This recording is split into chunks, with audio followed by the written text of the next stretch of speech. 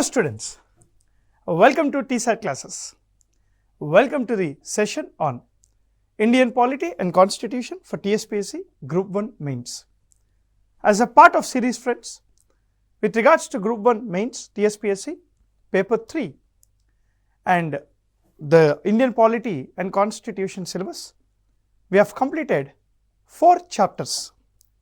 And today let us start chapter 5 of Indian Polity and Constitution. So what are we going to discuss in this chapter 5? If you look at this chapter 5 consists of very elaborated syllabus. What is that? It deals with the federal system, that is center-state relations, issues, challenges pertaining to federal structure. The local self-governance, 73rd and 74th Amendment Act, very important for the exam. And also talks about the Panchayati Raj institutions and municipalities and resolutions to interstate disputes with reference to water disputes, challenges and its implementation. Completely the legislative relations between center and state, the administrative relations between center and state, the financial relations between center and state, as well as your Panchayati Raj institutions as well as the municipalities is covered in this particular chapter. Not only these topics, it also mentions about interstate water disputes, interstate councils, zonal councils, federal features, federal structure of India. So let us see few mains questions, few important mains questions with respect to this particular topic. Let us see the first question. If you look at the first question, right, as I told you before, right, in different classes, whenever we discuss about these topics, whenever we discuss about this type of topics for mains, we need to underline the keywords within each question. When you underline the keywords within each question, then it ensures the scope of the answer which you need to write, right? It shows the scope of the answer which you wish to write. Now look at the first question. See, the first question here starts with something called elaborate. See, elaborate, in detail. Elaborate the evolution of local self-governance in India. And did it succeed in bringing democratic decentralization? What is the meaning of decentralization? Right? Division of powers or devolution of powers. Devolution of powers. Devolution of powers from center to the states. And with respect to this, let us discuss the evolution of the local self-governance in India. If you look at the local self-governance in India, the local self-governance in India was not given constitutional status in the original constitution. In the original constitution, there was no constitutional status for the local self-governance in India. The original constitution discussed only 2 provisions in relation to local self-governance. What are they? There are only 2 provisions which are discussed in the original constitution. The first one is, right, Schedule 7. In Schedule 7, the local self-governance is part of state list subject. It is part of state list subject. It is part of your state list. As it is part of state list, the state legislature has all the rights to make laws on local self-governance in India. The second one is Article 40. Article 40. Article 40 of Directive Principle of State Policy. Article 40 of directive principle of state policy says it is a duty of the state to constitute Panchayati Raj institutions for village self-governance. The local self-governance are of two types. The first one is rural local self-governance. Rural local self-governance. The second one is urban local self-governance. Rural local self-governance and urban local self-governance. Now this rural local self-governance is called Panchayati Raj institutions, and the urban local self-governance is called municipalities.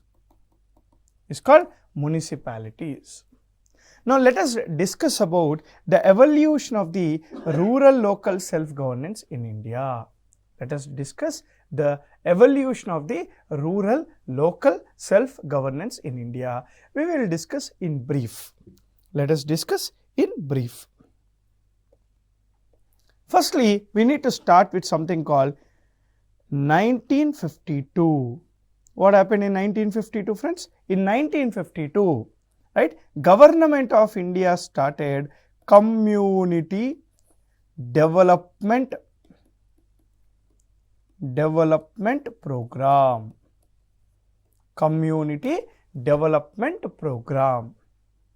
Right? Why? The main aim is to develop a village as a community.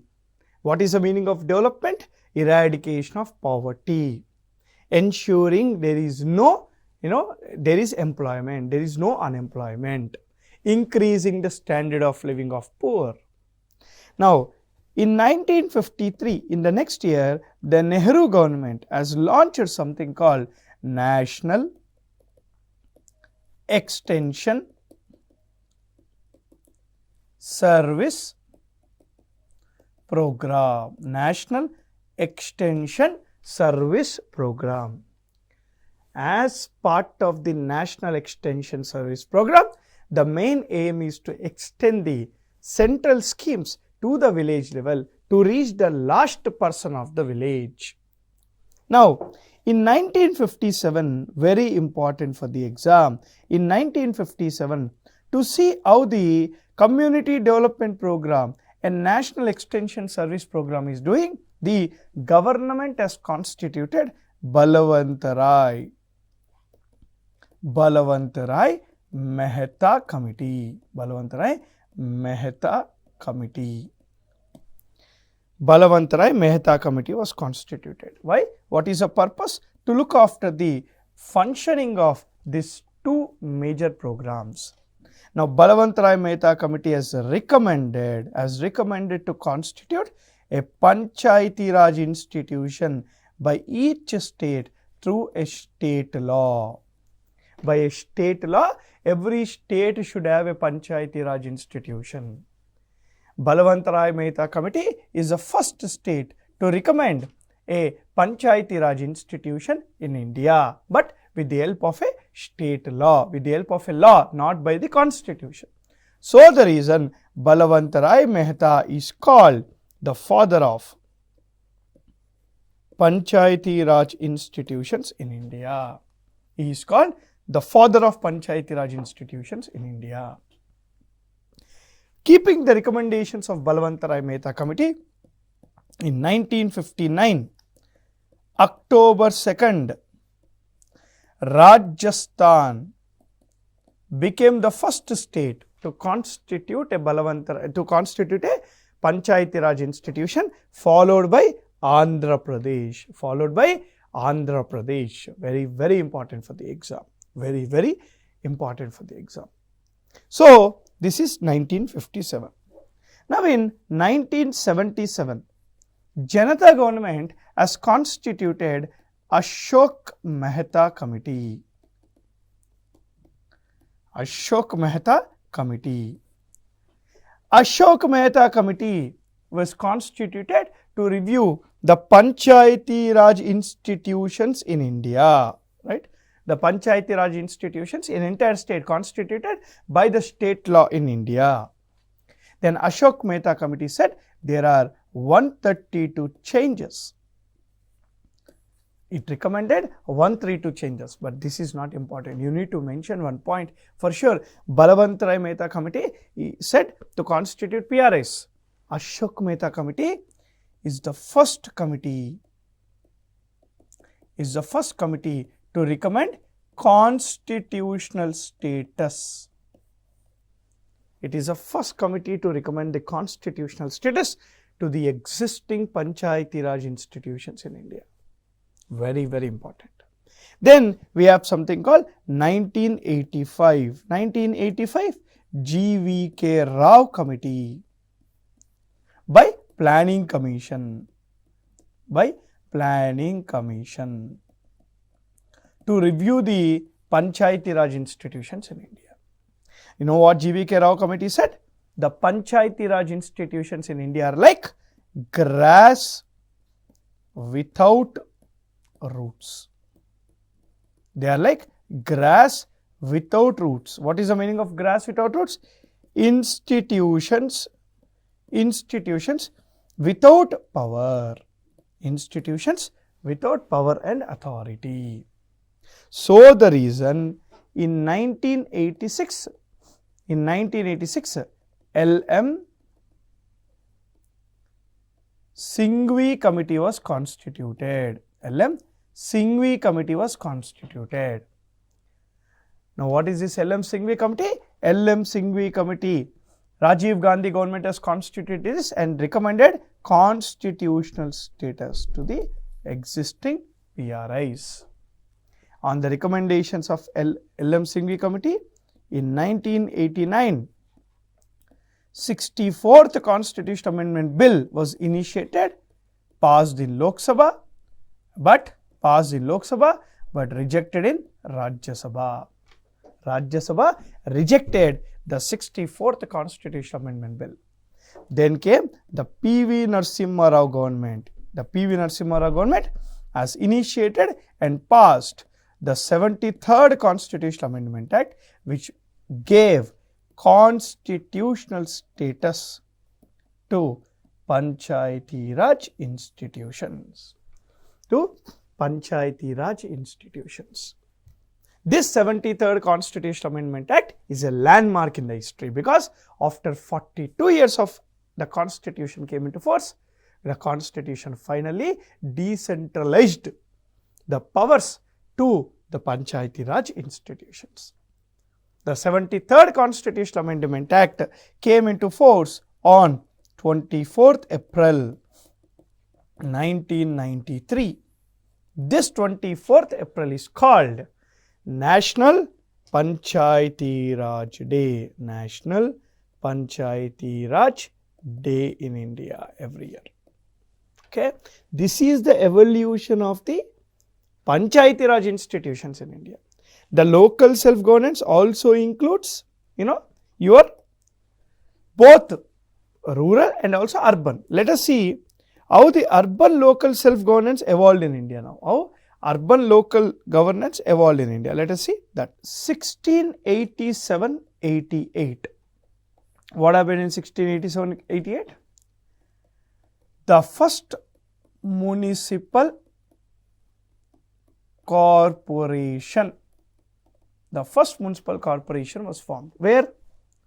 At Madras. At Madras by the British. The first municipal corporation was formed in 1687-88 at Madras and followed by 1726 at Bombay, Calcutta. At Bombay and Calcutta, we have the municipal corporations which are formed in 1726. Very, very important. Next we have 1870. Right? There was a draft proposal on local self-governance by Mayo. And this draft proposal is called Mayo resolution. Mayo resolution on local self-governance. Local self-governance. Then we have 1882. Very important. You have to mention this point for sure while writing the answer. 1882. What happened? In 1882, what happened? That Mr. Ripon is the first person to give a law on local self-governance called Magna Carta. Magna Carta on local self-governance in India. It is called Magna Carta of local self-governance in India. Mr. Ripon is called the father of local self-governance. The father of local self-governance. The next thing we have is 1919. The Government of India Act 1919 made local self-governance, which is part of the provincial list subject. Provincial list subject. It is part of provincial list subject. Then we have something called 1935 Government of India Act. Government of India Act made local self-governance part of the provincial list subject. List subject. This is in 1935. Next, what happened? After 1935, we have 1950. 1950, local self-governance is part of state list subject. State list subject as in Constitution. Constitution. Next, what happened? Very important. 1989, under the recommendations of 𝗪𝒛𝒃𝒃 Committee, under the recommendations of 𝗪𝒛𝒃𝒃 Committee, under the recommendations of 𝗪𝒛𝒃𝒃 Committee, 65th Constitutional Amendment Bill called Nagarapalika Bill. Nagarapalika Bill was initiated in the Parliament, passed in Lok Sabha, rejected in Rajya Sabha. This is called 65th Constitutional Amendment Bill. Then we have 1992. 1992, P.V. Narasimha Rao government, right, as initiated and passed 74th Constitutional Amendment Act. 74th Constitutional Amendment Act, which came into force on 1st June 1993. Which came into force on 1st June 1993. This is how the municipality system evolved in India. We have different types of municipalities. What are they? Right? Municipal corporation, municipal council, port trust, cantonment boards, notified areas. Right? All these are called municipalities only. Okay? So this is the answer you need to write for this particular question. Let us see the next question. Right? What is the next question we have? Yes. Discuss the salient features of 73rd and 74th Constitutional Amendment Act. See, what is the salient features of 73rd, 74th Amendment Act, right? So, 73rd Constitutional Amendment Act, 1992, 74th Constitutional Amendment Act, 1992, correct? So, what are the salient features, right? Let us see. Panchayati Raj institutions, that is 73rd Constitutional Amendment Act. Municipalities, that is your 74th Constitutional Amendment Act. Okay. Firstly, 73rd, 74th. Let us see the similarities, then we will see the differences. Firstly, let's discuss about something else. First, let us see 73rd. Two or three points, then we will say municipalities. Okay. This act came into force on 24th April 1993. This act came into force on 24th April 1993. The 73rd Constitutional Amendment Act added Part 9 of the Constitution, and this Part 9 is discussed from Article 243 to Article 243O. Article 243 to Article 243O. 73rd Constitutional Amendment Act added Schedule 11. Schedule 11 of the Constitution, which consists of very important 29 functional subjects. 29 functional subjects to be performed by the Panchayati Raj institutions. Right?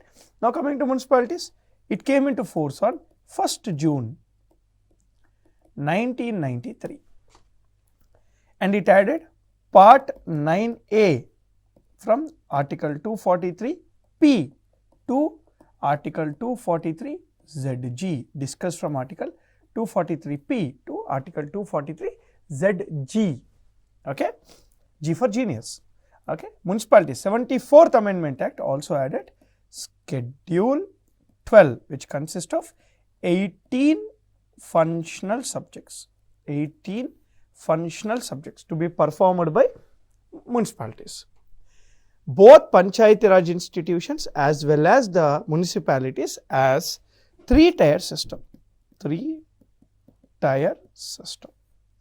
It has 3-tier system. 3-tier system. 3-tier system. What is the 3-tier system we have? Right? We have a municipality in the village level, a municipality in the village level, a municipality in the intermediate level, and a municipality in district level. See, this intermediate level is called mandals in Telangana and Andhra Pradesh. It is called mandals. And we have 3-tier hierarchy in municipalities. What is that? Nagara Panchayati, Nagara Panchayati, right? We have municipal council, and we have municipal corporation. See, the members at all 3 levels are elected directly by the people. The members at all the 3 levels are elected directly by the people. The chairman of the Panchayati at intermediate and district level are elected among the members. The chairman of the village level is elected as decided by the state legislature. The chairman of all the levels of the municipality are elected among the members. This you remember. Now coming to reservations.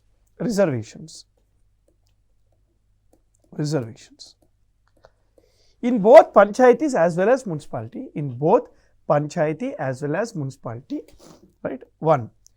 SC and ST reservation of seats.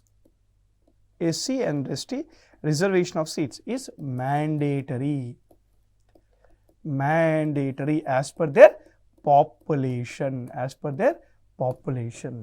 2.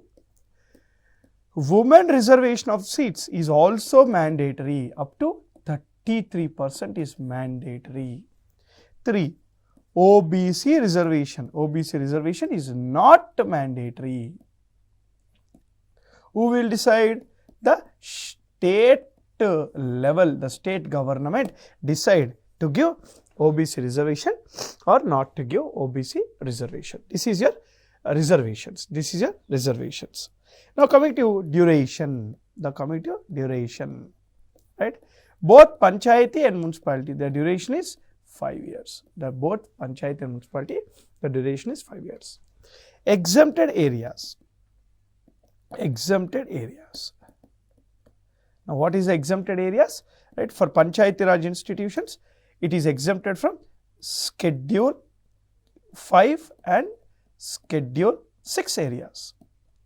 Panchayati Raj 73rd Amendment Act is not applicable to Schedule 5 and Schedule 6 areas.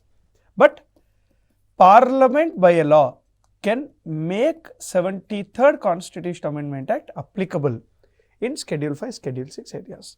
Did Parliament made any law? Yes. PISA Act 1996. Panchayati Raj extension to Schedule Area Act of 1996.